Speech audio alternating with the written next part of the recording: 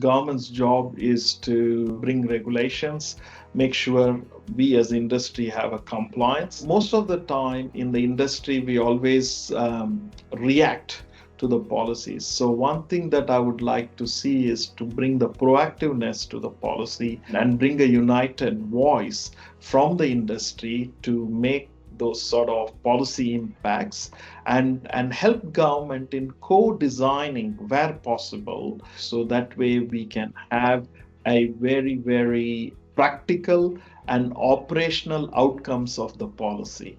And that's what is one of my missions for the policy committee. We collectively voiced that we need to bring some products out of the committee, so that is recorded knowledge, because it has institutional memory of what the WGIC is doing, but also be meaningful to bring in the trends and be amalgamating the views globally of our members. I always get a good feedback about these products. Hey, we have used this report from WGIC for this bid or proposal, or we have used this to educate our client. I have also got feedback that these reports were used even in private sector internally to convince their management on why to invest on a particular trend and topics.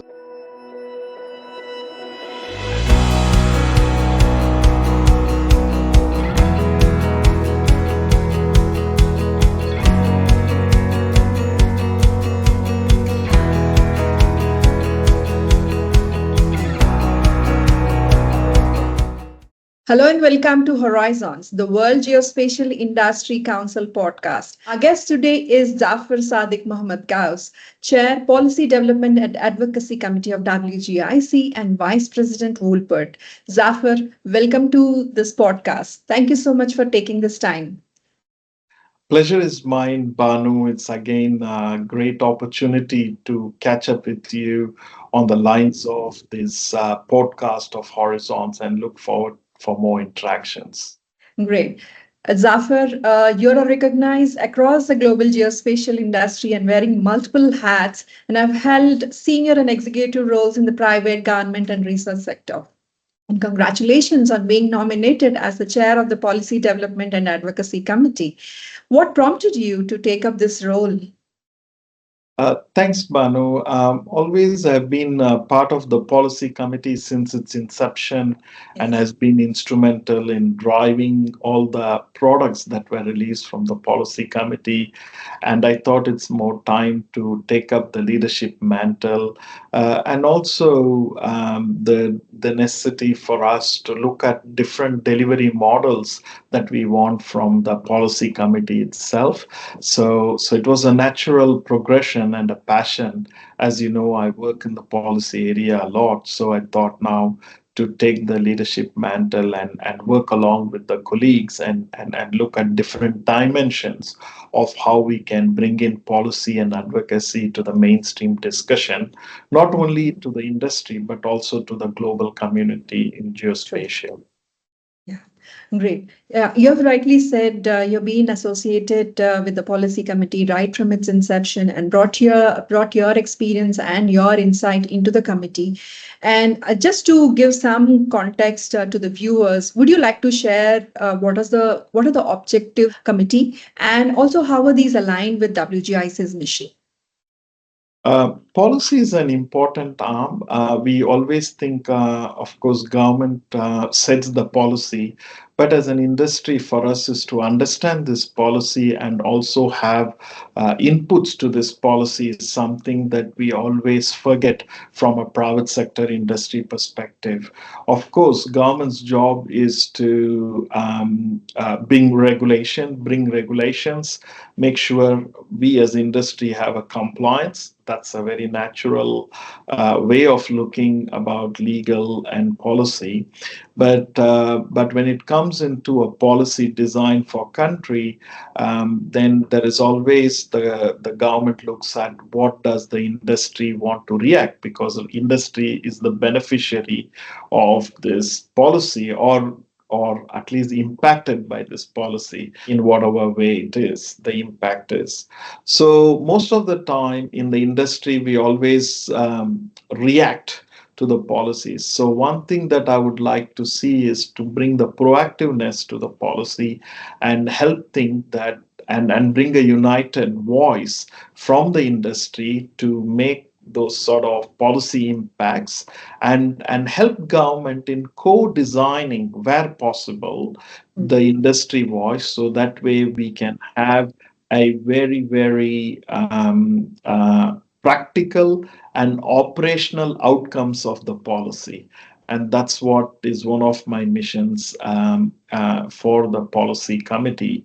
And so do the colleagues in the policy committee also believe this particular vision. Fantastic, very well articulated. Zaffar, we see that the policy committee has been producing knowledge and research reports that align with the geospatial industry trends. Can you help the viewers understand how the committee achieves its mandate through these reports? That's a very good question, Banu, because one thing that when WGIC is a very young organization, as everyone understands, and there are different committees. And when the policy committee was formed and the leadership was looking at what sort of activities the committee shall do, and we collectively voiced that we need to bring some products out of the committee, so that is recorded knowledge because it has institutional memory of what the WGIC is doing, but also be meaningful to bring in the trends and be amalgamating the views globally of our members, and also that outputs that we create are useful for non-members. So therefore the committee decided to have a product at least once a year in a form of report, and those reports were decided, that particular products were decided by a consensus by the committee, saying that okay, let's start with what is our view on privacy, and that's where the first report spoke about data and privacy perspective. And thereafter other reports emerged, especially across the building information modeling, digital twins, AI, and now latest is Gen AI. And these are all important topics. Everyone on a day-to-day basis comes in under our discussion, and that's why the policy committee focused across. Now, going forward, definitely we want to look at these products, review how they have been utilized. I always get good feedback about these products. Hey, we have used this report from WGIC for this bid or proposal, or probably we have used this to educate our client in around a industry perspective. Because government perspective you can get anywhere in Google, because government has the mechanisms of committees and publishing the work, whereas in private sector is more around the delivery, and such sort of knowledge base is absent, and therefore this is very much used. I have also got feedback that these reports were used even in private sector internally to convince their management on why to invest on a particular trend and topic. So it has been a useful outcome, but I don't know whether there's a massive impact on it. We don't have evidence for it. All we have is the evidence of who downloaded, how many copies were downloaded and read. But unless or until if someone quotes or someone says this personal use case, then only we know the impact. Perhaps going forward, I think maybe we use some podcasts like this in order to get a collective view of how these reports were utilized, can really help WGIC's management, especially the leadership group, to invest in such sort of reports going forward. Fantastic. It's really heartwarming to hear the positive feedback the reports are receiving on the ground from both industry and also the government sector. Moving forward, a big mandate for the policy committee is also about advocating for the right policy environment that is very synergistic with the rapidly expanding geospatial technology dynamic, right? So, you mentioned a bit about being proactive and not reactive to the technology trends. So, I want to understand, since you have been working in this industry for a long time, what are some of the policy gaps or limitations you perceive in the countries in which you are actively working? You may want to cite an example if there is non-disclosure agreements in place. I completely understand. So that's fine. Look, I mean, as a student of policy development, what what it first says is a policy is developed when there is a market disruption. You don't develop a policy for the sake of policy. Yeah. The government brings in a policy when there is a disruption or a market failure in order to fix this. That's why policies are made. And that's the first fundamental. For us, it's not about market failure. It's the disruption calls due to the trends and Mhm. fastly being adopted without any regulation. So it happens in all industries. When we compare to coal seam gas, for example, when we were talking to extract about coal seam gas from underground. Previously, everyone was digging wells, and those wells were not commissioned properly or decommissioned properly after the exploration, and people were seeing, fires coming out of these wells, and it's a hazard, and it's a safety issue. And then the government puts in a regulation saying that when these sort of exploration for coal seam gas is happening by fracking, also there's a impact to the aquifer, and therefore people will get impacted on this million years of water being collected, being polluted. So there are different aspects. So there's a particular intervention, and for that intervention there are so many causes, and we need to have a balance, and that balance needs to be sociable. And that's where you bring in policy, so that, well, you can extract, but you have to follow these rules, and you shall not do A, B, C, D. This is an example from a environmental perspective, from a gas industry perspective, and that's from my own experience over here in Australia. But when it comes to geospatial, we don't have those major impacts of policy. What we have is, often we want to bring some equipments from different countries, which has manufactured. The countries those manufacture these equipments and technologies have certain rules, and the countries which are importing these equipments have certain rules. But then the legislation of those countries are not matured enough in order to how to use these equipments and capture the data, and how do we, while capturing, try to respect the rules and regulations of those countries, for instance, privacy, and so on and so forth. That applies to all cultures and all geography. Privacy is a matter for everyone. But these instruments or these technologies, I'm just giving an example from capturing, which is one of the main supply chain in our industry, and then you have the processing, and then the productization, is all about how do we do this capture in a way that gathers the data, but also respectfully only take those information that is required for your project, and also respect the privacy of people. And these sort of regulations, sometimes it's self-regulated, but sometimes you need to conform to the security of the country, and all obviously you shall follow certain procedures. So therefore, that's why the policy is written. So most of my job as a consultant in a day-to-day job and advisor to several governments is to make sure that while we are writing policy, we do not constrain the industry's neck and say and make it difficult for them, or constrain innovation. At the same time, also try to bring checks and balances for the industry in order to make sure that they also have a social responsibility in order while they are capturing these information.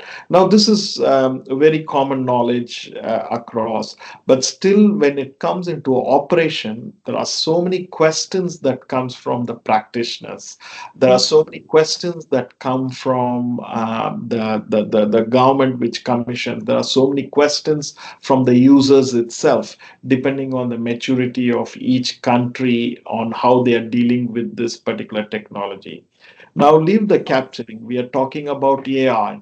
You have so many good debates about AI. You also have so many bad debates about AI. So where do we have this checks and balances? Because sometimes it's a overpromise of AI, and Yeah, sometimes it is under promise of AI, and sometimes it is misguiding and fake information. So this is why these policy committees are becoming more and more relevant. Again, it is a united voice across the industry, is what WGIC is offering. It brings in all the world leaders who are producing the geospatial technology, come under the same banner and same voice, giving their opinions of what this policy intervention is. So that's why it's quite exciting. And hopefully, we should be able to bring in going future in future to bring more smaller snapshot rather than wait for a 1 year report delivery. And that's what has been our trend, to bring in some more short outputs, maybe like white papers or advocacy sort of snapshots, and also podcasts like this, as you have mentioned, can help bring those sort of regular updates to our members as well as to the whole global community. great. Thanks for enumerating that aspect, Zaffar. And you mentioned very well how the policy committee is bridging the gap between the governments and the industry to be able to produce and productize and take it to the population. How well these these technology trends can be useful for the social good. On that note, I want to ask you one simple question. How is this committee working with both WGIC members, governments, and the larger ecosystem to achieve these goals? In the past, the WGIC committee members have been involved in launch of our products and reports, and that's how they try to influence the global platforms. For example, the AIML report, we partnered with the International Telegraphic Union and worked with them in order to socialize the outputs that have been there. But the policy committee at the moment, this is something that we want to talk and discuss of how we would like to be voicing this to other organizations in a structured or unstructured way. Even, for example, the UNGGIM policy committee, there is a working group on policy based on the ninth strategic pathway of the IGIF, and there is a working group. And how can we bring a collective voice of WGIC to the UNGGIM working group? And this has been one of the things I have been constantly trying to work. At the moment, governments are members of it, and we have put a request, wearing my UNGGIM hat as a private sector network. I'm very keen to see that even though we are observers, we have inputs to that whatever the outputs that come from the UNGGIM working group on policy. Fantastic. That brings me to the next question. In terms of, you briefly mentioned that the policy committee is pursuing generative AI currently. Can you tell us a bit more about what are the committee's plans in terms of research or outreach or collaboration on this topic? Look, Gen AI has been always interesting topic, and everyone's is very much interested to contribute. And that's exactly the perspective we wanted to gather around from our perspective from a geospatial private sector industry.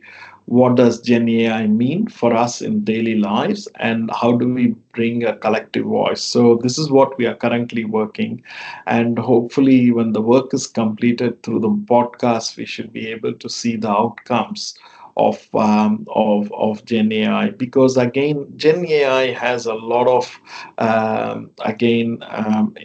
people have a different expectations of Gen AI, and we want to make sure that the views that we present are balanced, and also mainly where I am looking at Gen AI is from an ethics perspective, and also what are the opportunities that come through Gen AI as well, with the large language models that are very much utilized. Because as you know, it's all about the old saying is it's garbage in and garbage out.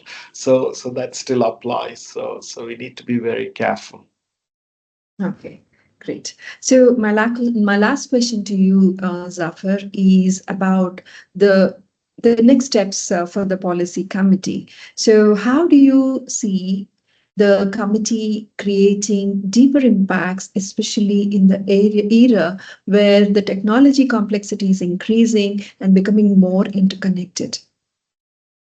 I think with the structures that we have and the financial models we have, I know we were more successful recently with the WGIC horizons, but more and more there's a lot of events that are happening globally, and it's very difficult to see how we can bring everyone together in one place to discuss matters. So we will take an agile approach, and approach that is economical but also has impactful. So as I mentioned, by focusing on podcasts, by focusing on short papers, and even writing blogs along with you, Banu, to make sure that the voices are collected and we have immediate outputs to certain disruptions as quick as possible. Because one of the things is, whenever a topic comes, you need to really have an advocacy piece, or at least your perspective on that particular disruption very quickly. You can't wait for 1 year for a report to come from WGIC. And this is Exactly. the trend that we would like to change as a policy committee. And all my colleagues in the policy committee also agree with this particular approach when I took over, and we spoke about the economic situation and also the time poorness that we have across so many organizations trying to do a similar thing. So that's why we wanted to make sure that all our outputs are short, sharp, and impactful. Great. I so look forward to having very meaningful output from the committee under your stewardship, Safar. Thank you so much for this conversation. Thank you, Banu, and all the best, and look forward to interact more. Bye for Thank now.